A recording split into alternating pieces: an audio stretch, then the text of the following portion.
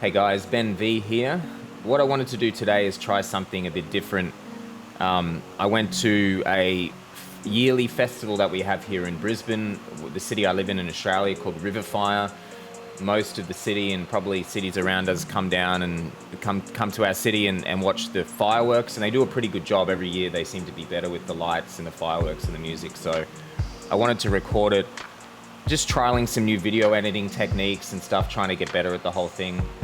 And I'll guide you through it, but as well as I wanted to give you an update on how everything's going with my health and FMTs and diet and stuff like that. Might give you some ideas out there and yeah.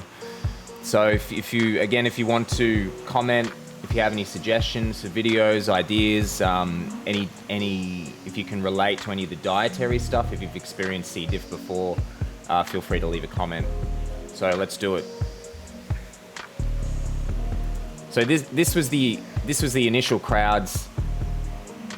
I think they all just come for the fireworks for the 20 minutes and then try to leave. It all happens at the same time. It's pretty crazy down there.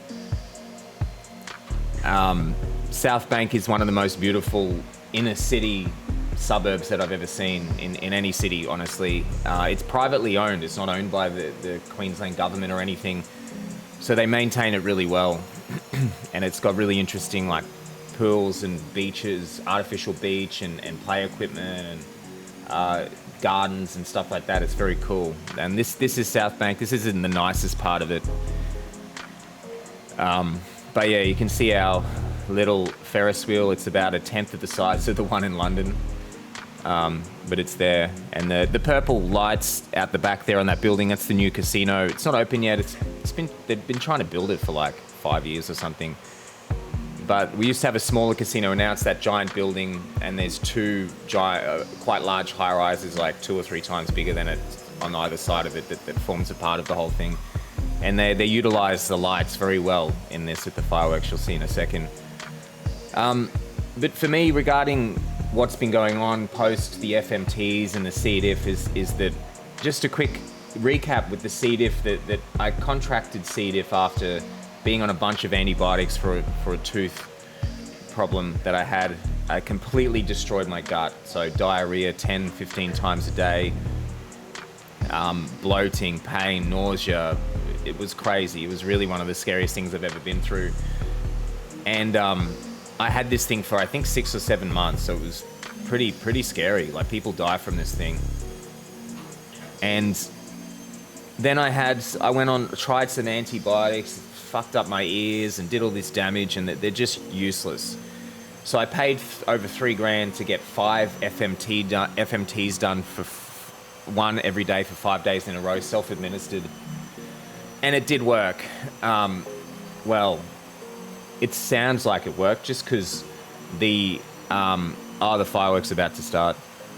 It sounds like it works just because the tests, I did 2 tests that both say I'm clear of C. diff, so clearly it's done something, but I just don't feel that different. The diarrhea is much less. That's the best thing about it, but still a lot of the other symptoms were there, like crazy bloating, pain, nausea, pain in the back, in the groin, in the legs, in the stomach, very strange cramping and intolerant to everything. It's been awful, and it's still there to a large extent. And, you know, I assumed that the FMTs would have gotten rid of it, but I did reach out online, and some people say it takes a year or more to actually heal because it does so much damage to the gut. So I think it's about to start the countdown now for the fireworks. It was pretty cool this year.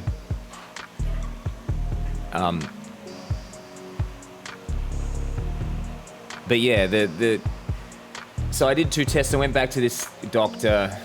He said that sometimes C. diff can uncover things or cause more things. So he said to go and get a test done that costs like a lot of money, and I'm really so sick of the modern medical system. More tests. Here it goes.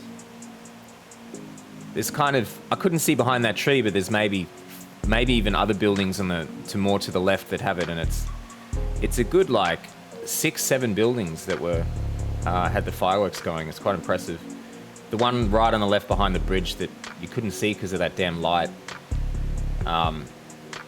was the best. That was kind of the center stage of it all. I have to figure out how to video around lights. I'm not sure. I should Google that.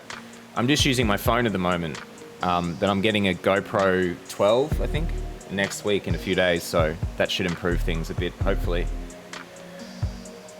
During all these fireworks, the music is playing. So a lot of it goes with the music. And there's one part where it really was quite impressive.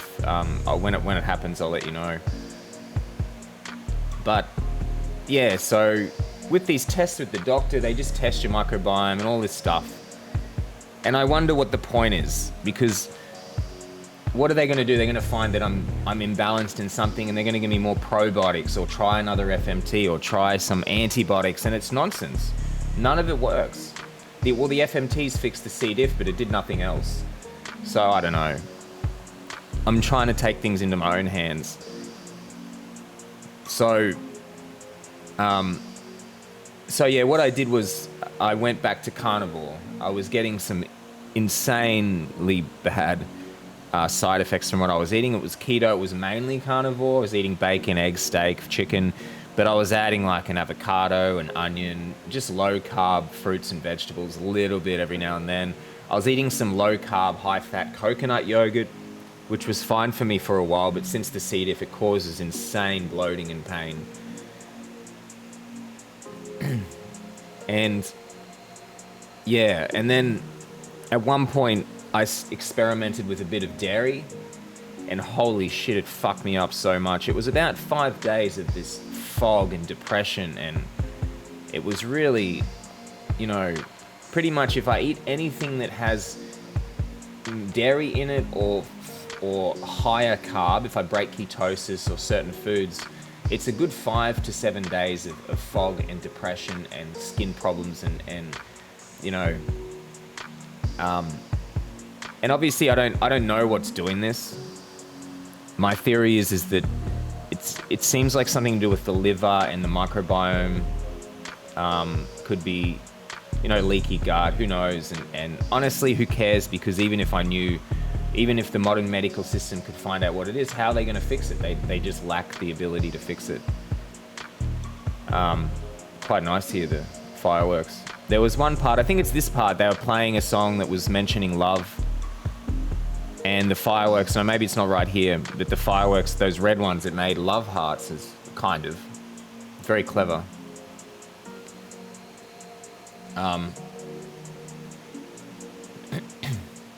But yeah, so pretty much as soon as I went back to pure carnivore, well, not as pure as some people would argue, but essentially my diet at the moment is bacon, eggs, steak, and I put some duck fat on the steak. I'm trying to eat within a 4-hour window, 20 hours fasting a day, trying to do dry fasting once a week or once every couple of weeks, which I'll get onto soon. But pretty much as soon as I went back to carnivore, a lot of the problems didn't resolve but reduced. So there's just less pain. There's much less bloating. The depression is maybe 80% gone. The fog is 80% gone. And so it's just, carnivore is difficult because sometimes it just feels nice to eat some fiber, but clearly there's a problem, some serious problems in my gut and body that just can't handle it. And for whatever reason, maybe a complex microbiome or a strong microbiome is required for us to eat vegetable matter or plants. And that's why so many people get so many benefits from carnivore, because you probably aren't required to have the microbiome to process meat. And as far as I understand, with the liver's required it converts protein and sugars into fat. So everything is about fat in the body. Well, not everything, but most things in terms of energy, in terms of health, fat seems like the key. And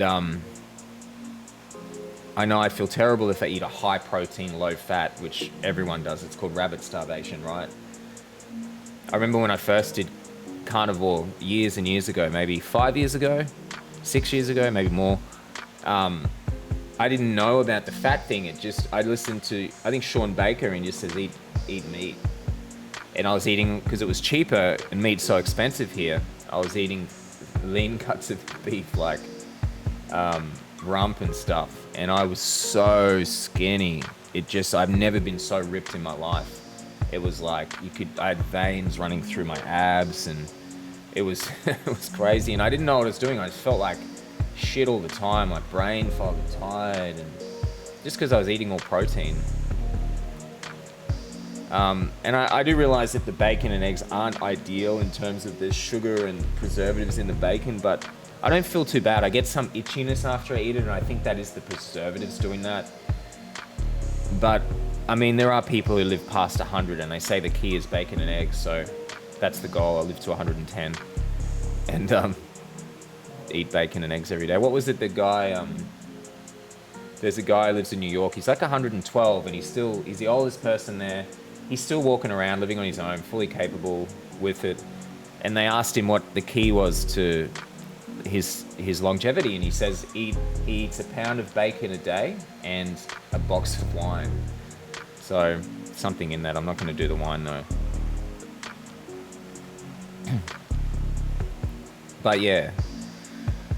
So back on carnivore, I'll keep this going as long as I can to try to... I don't know if carnivore heals things or if it just is symptom management, right? It does seem to make sense that if you were to avoid upsetting the gut for a year, things would heal, the microbiome would potentially get stronger. I don't know.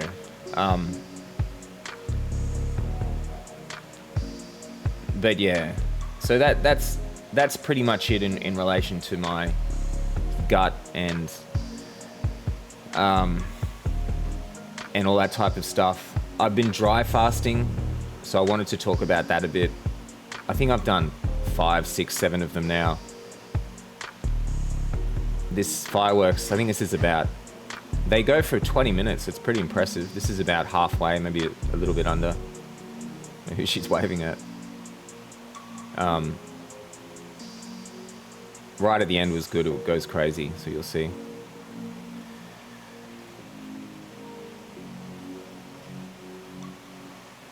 But yeah, like fasting with Trevor, I watched a lot of his stuff. I really like his stuff.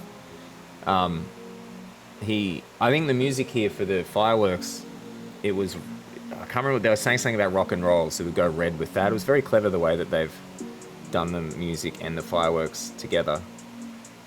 I was thinking about how they would do it, and it must be like when you're editing videos, you have a line of video, we have a line of music, and then they have a line of fireworks actions and colors and stuff. It'd be a fun thing to do, design a firework display. Cost would be crazy though to put it on, right? I wonder what this costs.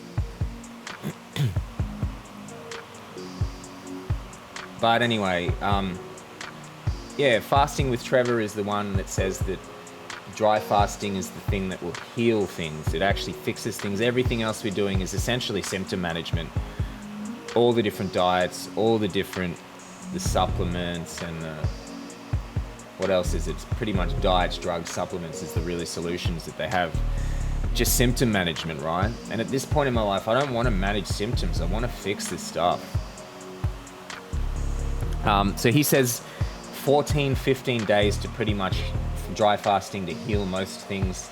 Of course, that is fucking crazy to think that is even possible for someone to do. Fasting, water fasting, he says it's like 21 days will heal a lot of things. I think even 28, 30 days or something as well. I've heard mentioned from somewhere. Lauren Lockman is one of them. But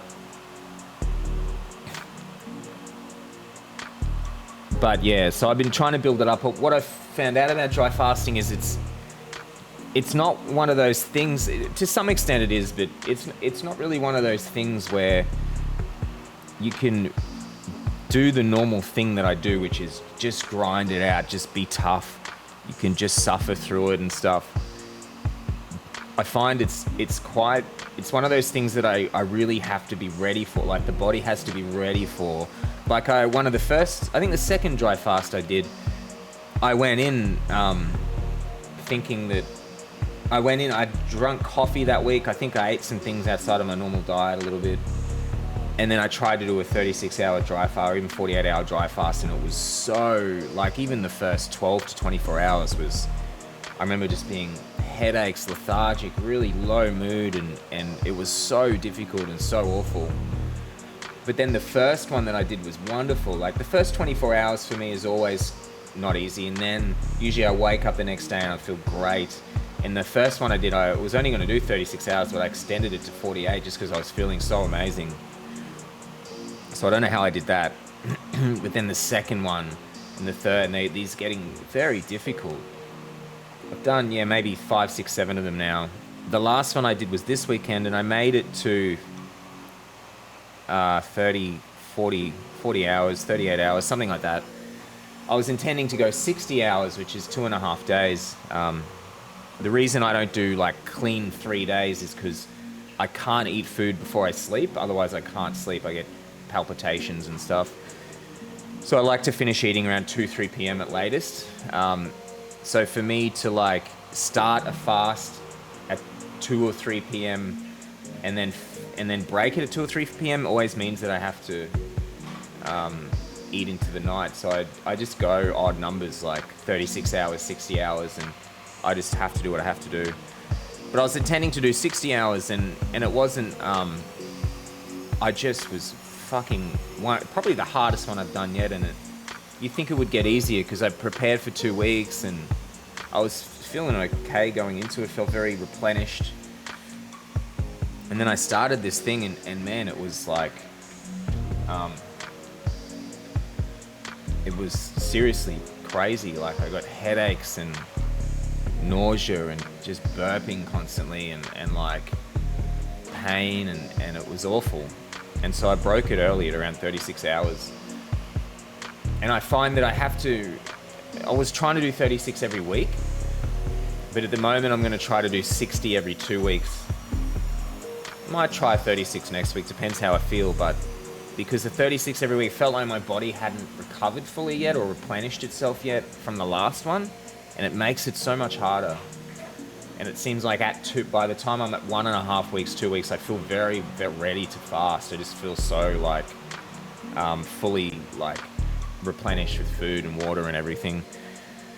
So it's the kind of thing that I can't just push through. I guess I could push through it, but because I can only really do it a little bit, I do Thursday, Friday, Saturday, Sunday, just because, if you can't sleep and stuff, I don't want to be doing it during work days. And I have to build it up, and I only have that sort of time area of the week to do it. So it restricts me a little bit, and yeah, but I'm trying to build it up. I don't understand why they're getting worse over time, like why they're getting harder over time. Fasting with Trevor was saying that the harder it is, the more unclean, I guess, your body is, and it goes through stages where, you'll get to the 1 day stage, the 3 day stage, 5 day stage, whatever, and it's new problems come up. And generally everything is just your body working through something, and for whatever reason I must be very toxic at the moment because these dry fasts. I think this was the part in the fireworks that had the hearts and the music was talking about love around here somewhere. Very cool. And yeah, so I'll keep building that up. Maybe every week, every 2 weeks, I'll try to break my 48-hour record, my new record.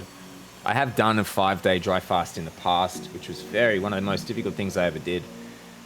But I want to get to the point where I can do that I wouldn't say easily, but a lot easier than I did the first one. That one years ago. If I could do 5 days once every fortnight or once a month, sounds reasonable. Maybe 5 days once a month. When I start getting up around 5 days, I'll just do them monthly maybe. And then I'll try to increase it every month, 6 days, 7 days.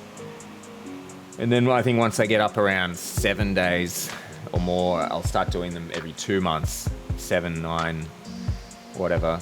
And I'm hoping at that point that I really actually start to heal some things. This is where the fireworks start going crazy. It's about only a couple of minutes left, and they just pretty much just hold enter down. They're like, look, we've got a bunch of fireworks left. We may as well get rid of them and just throw them all in the air. It's pretty impressive. Come soon.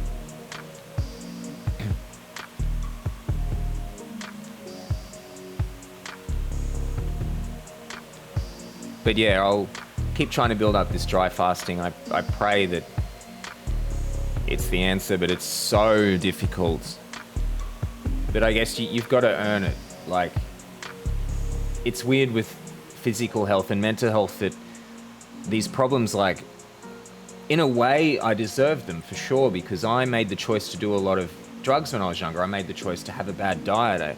I took antibiotics. I trusted the medical system, and you know, these are all my choices. But at the same time, I don't really feel like, at the same time, I don't really deserve it, because I don't know, I was never like an evil person or a bad person, or it's not like I was trying to hurt myself.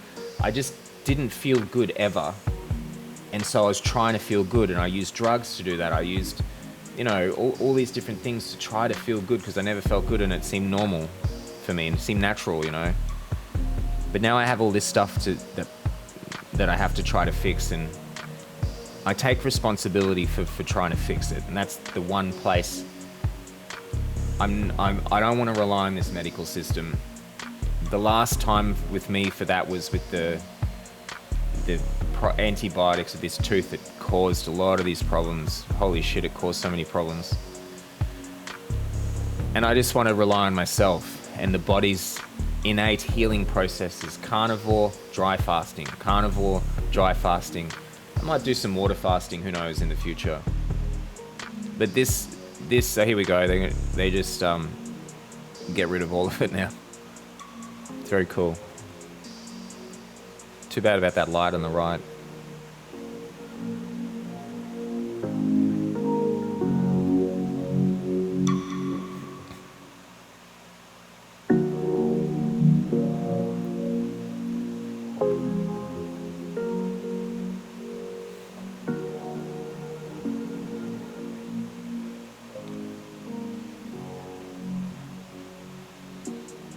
And that was it. Very good. Every year they seem to do a little bit better. I just am in a shitty position there. I need to find a better one for next year. But thanks, guys. I know that was long. Thought I'd give you an update. I hope you enjoyed that. Feel free to leave comments if you have any suggestions, or if you have any experience with this stuff. Otherwise, thanks for listening. Cheers.